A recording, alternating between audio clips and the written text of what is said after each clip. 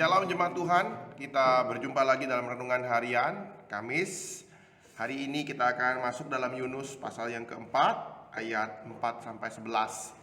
Mari kita mendengarkan dan membaca bagian ini. Tetapi firman Tuhan, layakkah engkau marah? Yunus telah keluar meninggalkan kota itu dan tinggal di sebelah timurnya. Ia mendirikan di situ sebuah pondok dan ia duduk di bawah naungannya, menantikan apa yang akan terjadi atas kota itu. Lalu atas penentuan Tuhan Allah tumbuhlah sebatang pohon jarak melampaui kepala Yunus untuk menaunginya, agar ia terhibur daripada kekesalan hatinya. Yunus sangat bersukacita karena pohon jarak itu. Tetapi keesokan harinya ketika fajar menyingsing, atas penentuan Allah datanglah seekor ulat yang menggerek pohon jarak itu, sehingga layu. Segera sesudah matahari terbit, maka atas penentuan Allah bertiuplah angin timur yang panas terik, sehingga sinar matahari menyakiti kepala Yunus. Lalu rebahlah ia lesu dan berharap supaya mati. Katanya, lebih baiklah aku mati daripada hidup. Tetapi berfirmanlah Allah kepada Yunus, layakkah engkau marah karena pohon jarak itu? Jawabnya, selayaknya lah aku marah sampai mati. Lalu Allah berfirman, engkau sayang kepada pohon jarak itu, yang untuknya sedikit pun engkau tidak berjerih payah dan yang tidak engkau tumbuhkan, yang tumbuh dalam satu malam dan binasa dalam satu malam pula. Bagaimana tidak aku akan sayang kepada Niniwe, kota yang besar itu, yang berpenduduk lebih dari 120.000 orang, yang semuanya tak tahu membedakan tangan kanan dari tangan kiri dengan ternaknya yang banyak. Ya, saudara, Allah yang sabar. Allah yang sabar. Inilah yang akan ditunjukkan oleh Tuhan kepada Yunus buat nabinya yang benar-benar nakal ini. Nah, saudara, Yunus sepertinya mengalami pertobatan di perut ikan. Dia memahami kasih karunia Tuhan dan menaati perintah Allah untuk memberitakan firman Tuhan dengan berani. Dia memprediksi murka Allah akan tercurah, tetapi justru tidak terjadi apa-apa. Dia merasa seperti orang bodoh, padahal ia pikir mereka layak mendapatkan hukuman Allah. Mengapa perlu berbelas kasihan kepada mereka? Namun saudara, murka Allah sebenarnya lebih dahulu tercurah kepada Yunus di peristiwa badai angin ribut di kapal itu. Dia selamat karena dia mendapat belas kasihan Allah. Dia juga layak dihukum karena ia memberontak dan melawan Tuhan, tapi malah menerima belas kasihan dan bersyukur karenanya. Tetapi saudara, semuanya itu dilupakan. Yunus seperti pelayan yang tidak tahu berterima kasih.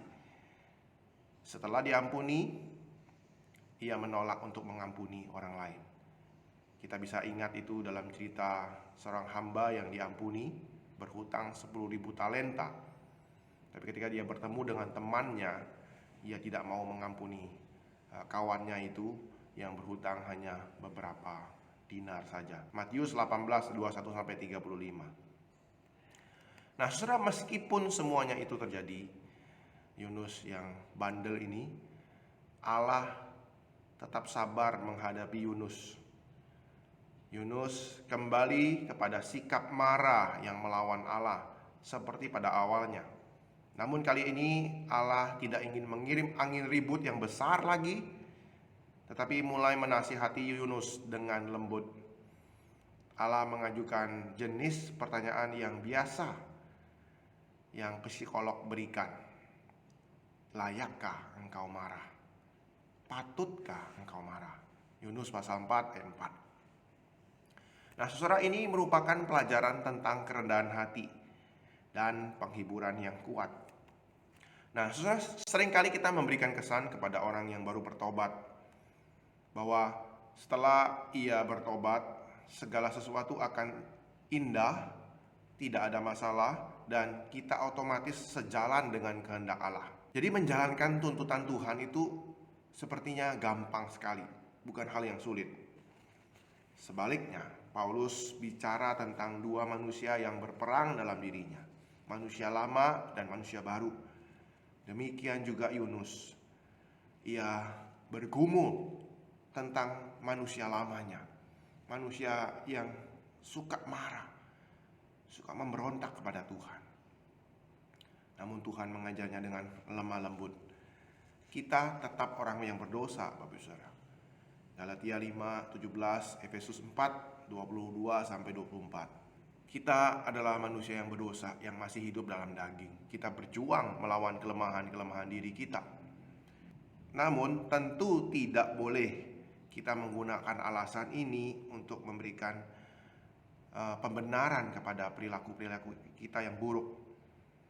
Tapi biarlah fakta ini boleh menjadi penghiburan yang besar dengan melihat bahwa Allah mengenal keseluruhan hati kita, dan itu tidak menghabiskan kasih dan kesabaran Allah terhadap kita.